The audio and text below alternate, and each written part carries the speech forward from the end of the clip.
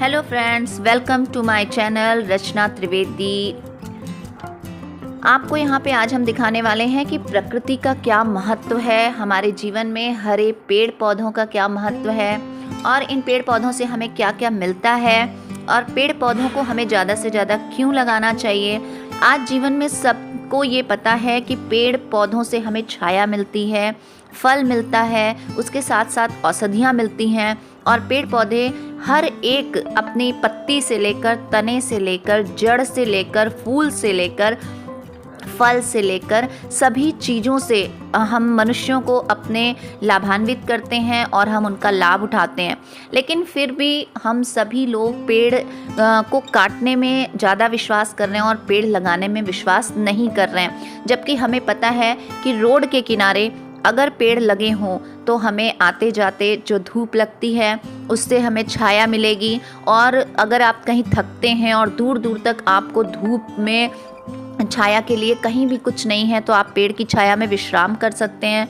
और यहाँ तक कि अगर हम आते जाते फलदार वृक्ष लगाएं तो जब हम रास्ते में चलेंगे तो हमें फलों को खरीद कर खाने की अपेक्षा हमें रास्ते में ही फल खाने को मिल जाएंगे। बहुत सारे ऐसे गरीब हैं जो फल नहीं खा पाते हैं तो उनको भी फल खाने के लिए मिल जाएगा। बहुत सारे ऐसे लोग हैं जो दवाइयाँ नहीं खरीद पाते हैं तो बहुत सारे ऐसे वृक्ष हैं जो औषधि का काम करते हैं। तो हम अगर इन वृक्षों को लगाएंगे तो औषधियाँ भी मिलने लग जाएंगी, फल मिलेगा, औषधि मिलेगी। और बहुत सारे जो लोग रोड पर भीख मांगते हैं, इधर उधर जाकर हाथ फैलाते हैं, वो इन फलदार वृक्षों से खुद ही फल को तोड़ करके छोटी मोटी दुकान लगा सकते हैं और अपना रोजगार कर सकते हैं। तो इस प्रकार से हमारे जीवन में पेड़ पौधों का बहुत अधिक महत्व है। इसीलिए हम सभी मनुष्यों को एक संकल्प लेना चाहिए कि हम अपने जीवन में ज़्यादा से ज़्यादा वृक्षों को लगाएंगे। और वैसे भी जो हमारे पूर्वज थे, जो हमारी पौराणिक कथाएं हैं, उसमें कहा गया है कि वृक्ष संतान की तरह होते हैं। अगर हम उनसे बातें करें तो वो हमसे बातें करते हैं। वृक्षों में हमारे आत्मीयता होती है।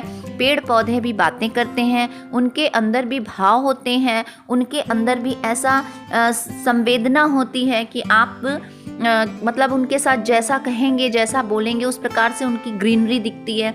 अगर आप पेड़ के नीचे बहुत अच्छी अच्छी बातें बोलते हैं तो वो पेड़ जो है बहुत ही हरा भरा रहता है। यहाँ तक कि वास्तुशास्त्र में ऐसा भी कहा गया है कि अगर आप किसी पेड़ को रोज रोज रोज जाकर कोसते रहिए या उससे उल्टी सीधी बातें वहाँ पर करते रहिए, उसको देखकर चिढ़ते रहिए, जलते रहिए, तो आप देखिए वो पेड़ सूख जाएगा, वो वहाँ बंजर हो जाएगा, वो बिल्कुल हरा नहीं रहेगा और देखकर ऐसे लगेगा कि वो बिल्कुल झंखाड़ हो गया है, घास हो गया है। तो ये होता है, हमारे बोलने का फ़र्क भी है कि मतलब सोचिए पेड़ पौधे भी सुनते हैं, पेड़ पौधे भी महसूस करते हैं। अगर आप उनके पास खड़े होकर के जैसा भी भाव रखेंगे तो वैसा उनके अंदर महसूस होता है। तो इसीलिए कहा गया है कि जो फलदार वृक्ष होते हैं उनको अपने संतान की तरह पालना चाहिए। और एक जैसे कि एक संतान को हम पालते हैं तो उनसे हम यही आशा करते हैं कि वो हमारे बुढ़ापे का सहारा बनेंगे, वो हमें बुढ़ापे में सहयोग करेंगे, वो 2 वक्त की हमें रोटी देंगे और सभी ऐसी बातें सोचकर अपने जो संतान होती है उनसे आशा लगा कर रखते हैं। तो वृक्ष भी उसी प्रकार से हैं। पहले हम उन्हें लगाते हैं, उनकी केयर करते हैं, उनको खाद डालते हैं, पानी डालते हैं, धीरे धीरे उन्हें मतलब बड़ा करते हैं और जंगली जानवरों से बचाते हैं, गाय बकरी से उन खाने से बचाते हैं। जैसे हम अपने बच्चों को बचाते हैं कि उनका अभी बचपना है तो हम उन्हें घर में रखते हैं, बाहर नहीं जाने देते हैं, उनकी केयर करते हैं, फिर वो बड़े होते हैं। सेम उसी प्रोसीजर के साथ हम अपने पेड़ पौधों को भी पालते हैं और उनकी भी देख रेख करते हैं। और फिर एक दिन वो पेड़ जो छोटा सा पौधा होता है वो वृक्ष का रूप ले लेता है और फिर वो हमें छाया भी देता है। अगर हम थक गए हैं और हमारे पास कोई जगह नहीं है, कोई भी ऐसा नहीं है, तो बस वो पेड़ के नीचे ही अगर हम चाहें तो हम वहाँ बैठ सकते हैं, हम वहाँ छाया ले सकते हैं, भूख लगने पर हम उसके फल को खा सकते हैं, रोजगार ना होने पर उसी फल को हम दुकान लगाकर बेच भी सकते हैं। तो ऐसे करने मतलब करने के लिए हमारे पास वृक्षों के साथ ही हम एक आत्मीयता का भाव बना सकते हैं और आत्मीयता के साथ रह सकते हैं। तो ये है हमारे जीवन में पेड़ पौधों का महत्व। इसीलिए ज़्यादा से ज़्यादा जितने लोग भी हैं, अगर वो सभी लोग संकल्प ले लें कि हम ज़्यादा से ज़्यादा वृक्षों को लगाएंगे और उन्हें ही अपनी संतान मानेंगे, तो शायद अपने यहाँ बहुत ज़्यादा हरियाली हो सकती है, बहुत ज़्यादा ग्रीनरी हो सकती है और प्रदूषण भी हम उससे बहुत ज़्यादा कम होगा और वर्षा भी होगी। कहते हैं कि जितने जहाँ पेड़ पौधे बहुत ज़्यादा होते हैं वहाँ बारिश भी ज़्यादा होती है, तो कभी भी सूखा पड़ने का कोई वही चांस ही नहीं रहेगा, अकाल भी नहीं होगा। और जो पेड़ पौधे सूख जाते हैं और अपने आप नेचुरल तरीके से उनकी लकड़ियाँ न जाने कितने घरों में मतलब एक चूल्हा जलाने के काम आती हैं, लोगों के लिए एक ईंधन का काम करती हैं। कितने लोग हैं कि पेड़ पौधों के ही जो ऐसे पेड़ होते हैं जिनकी डालें, जिनकी डंडियां जो हैं वो बाम्बू का काम करती हैं, बांस का काम कर देती हैं और ऐसे ऐसे आप अपने बाउंड्री में लगा सकते हैं। मतलब उसका कितना उपयोग, जितना उपयोग बताया जाए उतना उपयोग कम है। यहाँ तक कि डॉक्टर भी कहते हैं कि अगर कभी भी बहुत ज़्यादा मानसिक तनाव हो जाए या आप डिप्रेशन में चले जाएं या आपको थकान महसूस होने लगे, तो आपको कहाँ जाना चाहिए? हरियाली में, मतलब जहाँ हरा भरा हो। इसीलिए कहा गया है कि आजकल बहुत सारे लोग क्या करते हैं ना कि शहर में रहते हुए भी गांव की तरफ जाते हैं और वहाँ अपना एक फार्म हाउस बनाते हैं। तो अगर आप फार्म हाउस बनाते हैं तो वहाँ आपको ज़्यादा से ज़्यादा ग्रीनरी दिखने को, मतलब आप पेड़ पौधे ही लगा करके और बस उसमें वहाँ पर एक कमरा और एक किचन बना के रहते हैं कि भाई बाकी पूरा मेरा गार्डन रहेगा, पूरा मेरा ग्रीनरी रहेगा। क्यों? क्योंकि जो हरियाली है ना वो आपकी आँखों के लिए भी बहुत ही लाभदायक हो। अगर आपकी आँख की रोशनी कम हो गई है या फिर आपको कम दिख रहा है तो भी डॉक्टर आपको सलाह देंगे कि आप अपने घर में या गार्डन रखिए या फिर आप ऐसी जगह पर रहिए जहाँ पर आपको ज़्यादा से ज़्यादा ग्रीनरी दिखने को मिले। क्योंकि जितना आप हरा रंग देखेंगे, जितना आप अपने आसपास हरा रंग रखेंगे, उससे आपकी आँखों को बहुत ज़्यादा लाभ होने वाला है। इसीलिए जब भी ऐसी कोई प्रॉब्लम होती है तो लोग हिल स्टेशंस पर चले जाते हैं। डॉक्टर भी आपको हिल स्टेशन पर जाने का सलाह देते हैं।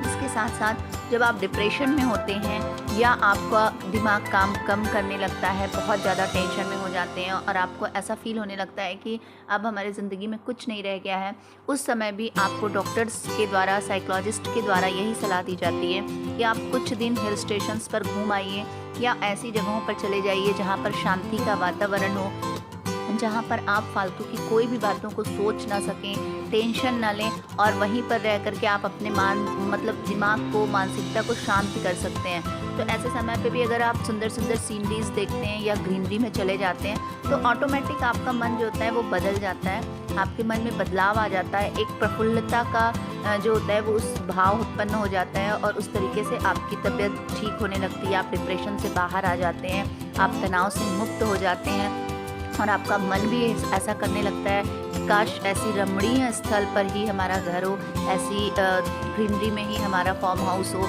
और फिर हम उस पेड़ों का महत्व समझने लगते हैं और फिर वहीं से हम पेड़ पौधों को अपने जीवन में लाने लगते हैं। तो इसीलिए पेड़ और पौधों का बहुत अपने जीवन का महत्व है। इसके एक से एक फ्लावर्स तक देखिए, हमारे यहाँ होली में कलर्स के लिए भी, नेचुरल कलर के लिए फ्लावर्स का यूज़ किया जाता है, कई फूलों का यूज़ किया जाता है और कितने तो अभी आप देखिए घरों में ही छत पर भी आप अपने गार्डन्स बना सकते हैं और आप शो प्लांट लगा सकते हैं और आप ऐसे ऐसे प्लांट्स लगा सकते हैं जिसमें फल भी आते हैं, तो आप उसके लिए अपना किचन गार्डन भी बना सकते हैं। फिर अपने आसपास में अगर हम लोग छायादार फलदार वृक्ष लगाते हैं तो उससे हमारे साथ साथ हमारे आने वाली पीढ़ियों को भी लाभ ही होने वाला है। तो ऐसा कोई भी रीज़न नहीं है जिसके लिए कि हम लोग पेड़ और पौधों को ना लगाएं, बल्कि सभी रीज़न यही बताते हैं कि हम ज़्यादा से ज़्यादा पेड़ पौधों को लगाएं। देखिए पीपल देव है तो वो भी हमारे उसमें देवता वास करते हैं। पीपल देव में जल देने से हमारे ग्रह शांत होते हैं, शनि ग्रह शांत होते हैं और भी बहुत सारी मान्यताएं हैं पीपल के वृक्ष के लिए। पीपल के पत्तों को अगर आप पंडित से विचार करवाइए, पर पीपल के पत्तों को रखने से अपने घर में वास्तु दोष और कर्ज मुक्ति और बहुत सी ऐसी बाधाएं हैं जो दूर हो जाती हैं। तो इसलिए पीपल का वृक्ष भी अपने आसपास होना बहुत आवश्यक है और उस पीपल के वृक्ष के नीचे हम अगर कड़वा तेल का दीपक जलाते हैं तो भी हमारा ग्रह शांत होता है, जल देते हैं तो भी बहुत सारे ग्रह हमारे शांत होते हैं, शनि देव हमारे ऊपर प्रफुल्लित होते हैं।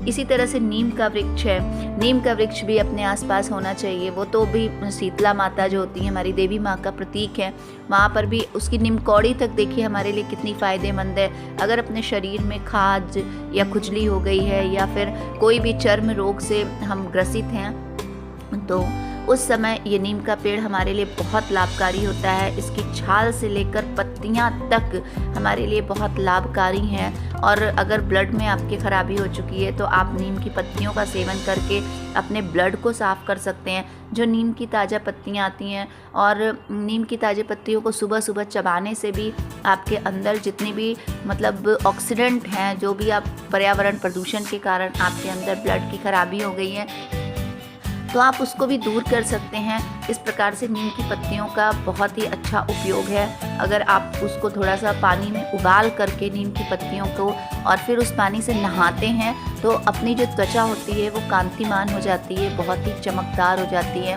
बहुत ही ज़्यादा मतलब उसमें आप देखेंगे कि आपकी पहले की त्वचा और बाद की त्वचा में कितना अंतर हो जाता है। यहाँ तक कि अगर आपको फोड़े फुंसियाँ ज़्यादा हो रहे हैं तो जो नीम की छाल है, मतलब नीम का जो तना होता है, जो पेड़ का नीचे का ये हिस्सा होता है, वहाँ से आप उसकी थोड़ी सी छाल तोड़ लीजिए और छाल को घिस करके फिर उसको घिसने के बाद जो पेस्ट निकलता है उसको आप अपने उस फोड़े फुंसियों पर लगाइए। देखिए आपको कितना आराम मिलेगा। इसी तरह से अपने और भी बहुत सारे वृक्ष है, जैसे अपना ताड़ का पेड़ है तो उसको देखिए गलत उपयोग में ही आप नहीं ले सकते हैं। अब देखिए ताड़ के पत्तों से ही झाड़ू बनता है तो वो भी एक रोज़गार का काम होता है। ताड़ के से ही अगर ताड़ का गुड़ आप बनाइए तो बड़ा ही शुद्ध गुड़ और बहुत ही टेस्टी गुड़ होता है। लेकिन आजकल तो अभी वो गन्ने का गुड़ आ रहा है, तो ताड़ का ये जो शुद्ध देसी गांव का गुड़ होता है वो बहुत ही फ़ायदेमंद और बहुत ही लाभकारी और टेस्टी, स्वाद में भी बहुत बढ़िया होता है। और यहाँ तक कि बताइए उसके फल से, उसके जो रस है उससे हम गुड़ बना सकते हैं और इसी के साथ साथ उसकी पत्तियों से हम झाड़ू बना सकते हैं। तो झाड़ू बनाने से एक किसी को रोजगार मिल गया और बल्कि उससे हमारे घर की सफाई भी हो गई। तो इसी प्रकार से अनेकों अनेक ऐसे वृक्ष हैं और हर जगह आप देखिए कि पर्यावरण के अनुसार हमारे जो पेड़ है वो उगते हैं। कहीं पर भी कोई भी पेड़ नहीं जल्दी उगता है, लेकिन अगर हम उसकी कोशिश करें, सेवा करें तो हम हर पेड़ को हर जगह उगा सकते हैं। जैसे कि अपने ये शो प्लांट है, अशोक के पेड़ है, तो अपने घर की शोभा बढ़ाते हैं। अशोक की पत्तियां देखिए घर के डेकोरेशन में काम आती हैं। आपको कहीं भी कोई चीज़ भी खरीदने की ज़रूरत नहीं है। अगर आप अपने घर को सुंदर से सुंदर सजाना चाहते हैं तो आप वृक्षों का अच्छा से अच्छा उपयोग कर सकते हैं। घर में आप तोरण बना सकते हैं, बदल बदल कर रोज़ डेली आप नया नया तोरण लगा सकते हैं। उसके फ्लावर्स को आप डेली अपने घर के टेबल पे रख सकते हैं, उसकी खूबसूरती बढ़ा सकते हैं। यहाँ तक कि अगर आपको कहीं भी कार डेकोरेशन, मतलब मैरिज में जाना है, मैरिज में स्टेज सजाना है, तो भी आप इन्हीं पेड़ पौधों से ही, उनकी डालियों से, उनकी टहनियों से, उनके फ्लावर्स से, उनकी पत्तियों से आप बहुत अच्छा डेकोरेशन कर सकते हैं। तो आज के लिए बस इतना ही। इसी तरह आप हमारे चैनल पर बने रहिए और मेरे चैनल को सब्सक्राइब करिए। आगे हम ज़्यादा से ज़्यादा अच्छी से अच्छी जानकारियाँ देते रहेंगे। धन्यवाद।